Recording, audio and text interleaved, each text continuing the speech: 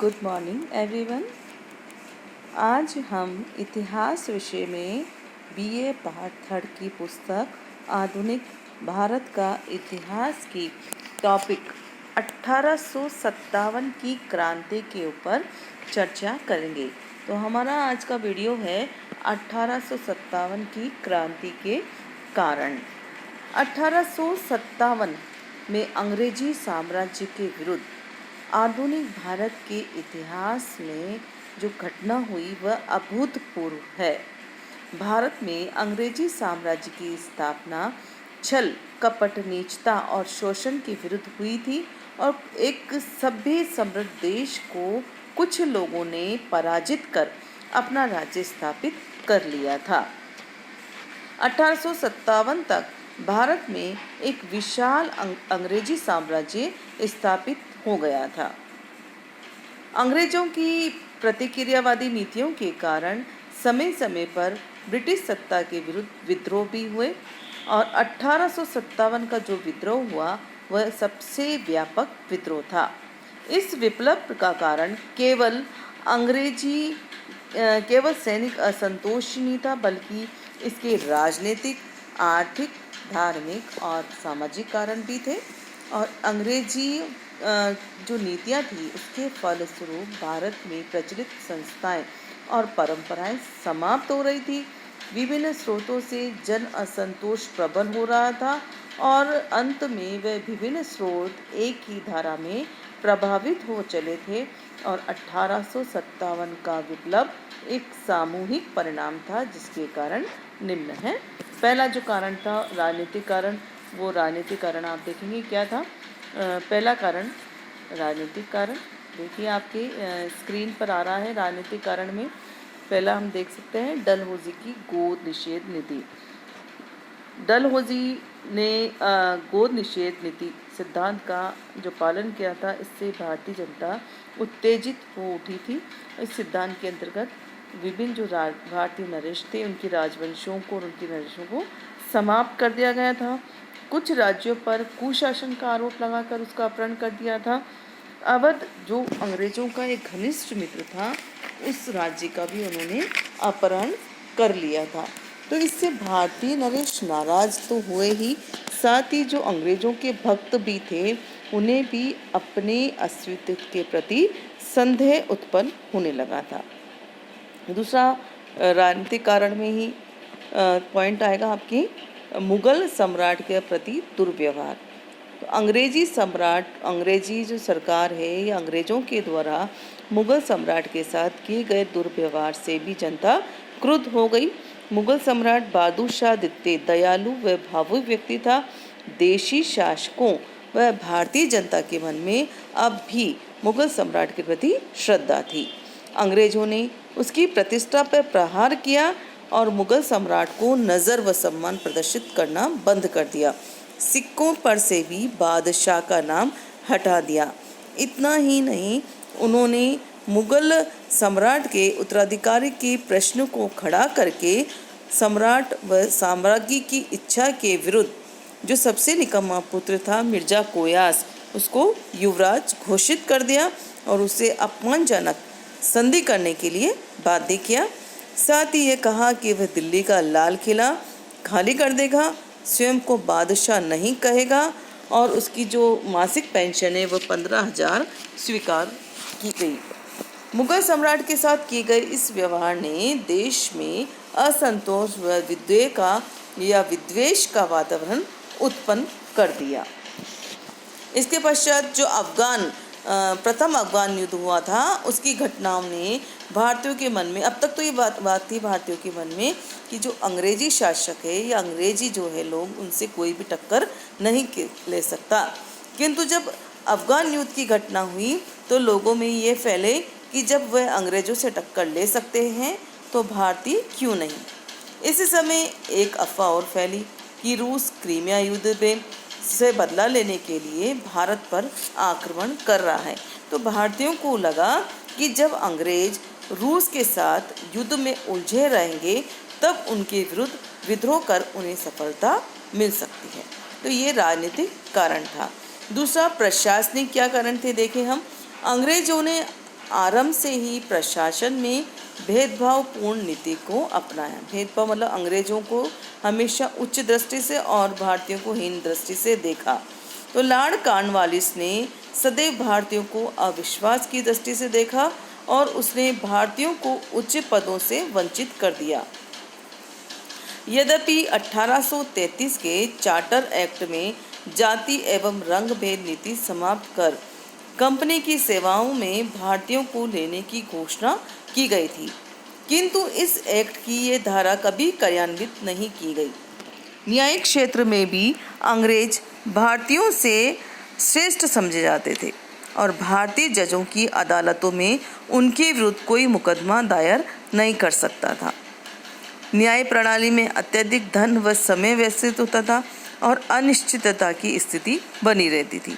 इसी तरह भू राजस्व प्रणाली को भी नियमित करने के नाम पर जमींदारों के जो पट्टों की छानबीन कराई गई और उनकी जमीनें छीन ली गई। इससे कुलीन वर्ग क्रुद्ध हो गया। किसानों की दशा भी सुधारने के नाम पर स्थायी बंदोबस्त, रैयतवाड़ी, महालवाड़ी प्रणाली लागू की गई और प्रत्येक बार किसानों से पहले की अपेक्षा दुगना या इससे भी अधिक लगान वसूल किया जाने लगा।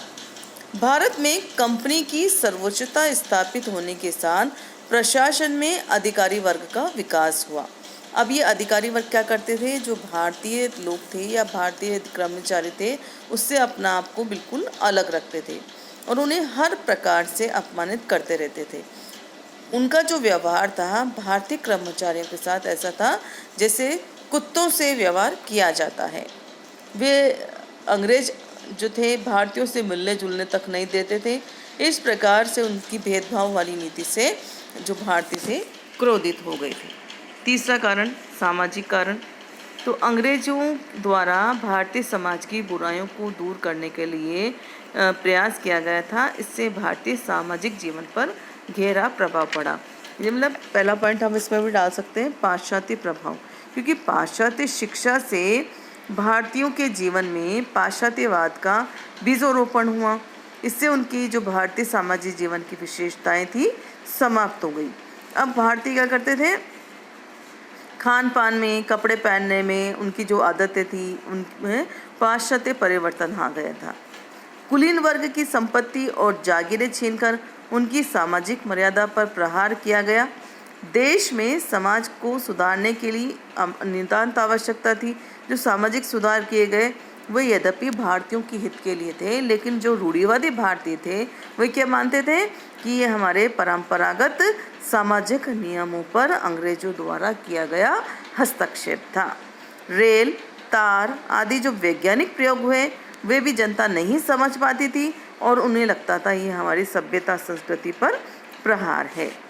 इसी तरह सामाजिक दृष्टि से भी अंग्रेजों का जो भारतीयों के प्रति व्यवहार था वह नितांत ही असहाय था। भारतीय रेलगाड़ी की प्रथम श्रेणी में सफ़र नहीं कर सकते थे। अंग्रेजों द्वारा संचालित होटलों व क्लबों की तख्तियों पर लिखा हुआ रहता था कुत्तों व भारतीयों का प्रवेश वर्जित है। हमने देखा ना किस तरह से हम दुत्कारा जाता था भारतीयों को, तो ये उन्हें उत्तेजित करने पर के लिए बहुत खूब था। साथ ही अंग्रेजों ने सुधारों के नाम पर भी सभ्यता और संस्कृति का प्रचार किया। उन्होंने यूरोपीय चिकित्सा प्रणाली को प्रोत्साहन दिया। साथ ही अपनी पाश्चात्य सभ्यता के प्रचार के लिए केंद्र भी स्थापित किए। इससे भारतीय साहित्य व संस्कृति की बड़ी दुर्दशा होने लगी और भारतीयों को ये विश्वास होने लगा कि अंग्रेज भारतीय सभ्यता व संस्कृति को नष्ट कर उन्हें ईसाई बनाना चाहते हैं। इससे भारतीयों के मन में अंग्रेजों के प्रति घृणा उत्पन्न हो गई और इस घृणा ने 1857 की क्रांति का रूप धारण कर दिया। धार्मिक कारण में देखेंगे, अंग्रेजों ने ईसाईयत के रंग में भारतीयों को रंगने का प्रयास किया और अंग्रेजों ने अपनी इस नीति के अंतर्गत भारत में कई ईसाई प्रचारक नियुक्त किए और उन्हें सभी प्रकार की सुविधाएं दी गई। अब जो ये ईसाई प्रचारक थे बड़े उद्दंडी थे। वे खुले रूप में हिंदुओं के जो अवतार थे, उनके पैगंबर थे, उनको गालियां देते थे और उन्हें कुकर्मी कहकर उनकी निंदा करते थे। इन लोगों का मुख्य काम ही यही था, भारतीयों को ईसाई बनाना। साथ ही सेना में भी जो धर्म परिवर्तन करता था उसको पदोन्नति दी जाती थी। सरकारी स्कूलों में बाइबिलों की शिक्षा अनिवार्य कर दी गई। बेरोजगार, अकाल पीड़ितों, विधवाओं, अनाथ बच्चों को तो बलपूर्वक ईसाई बना दिया जाता था। अच्छा, बेंटिक ने क्या करा, एक नियम बना दिया था कि धर्म परिवर्तन करने पर जो पैतृक संपत्ति उससे वंचित उसे नहीं किया जाएगा।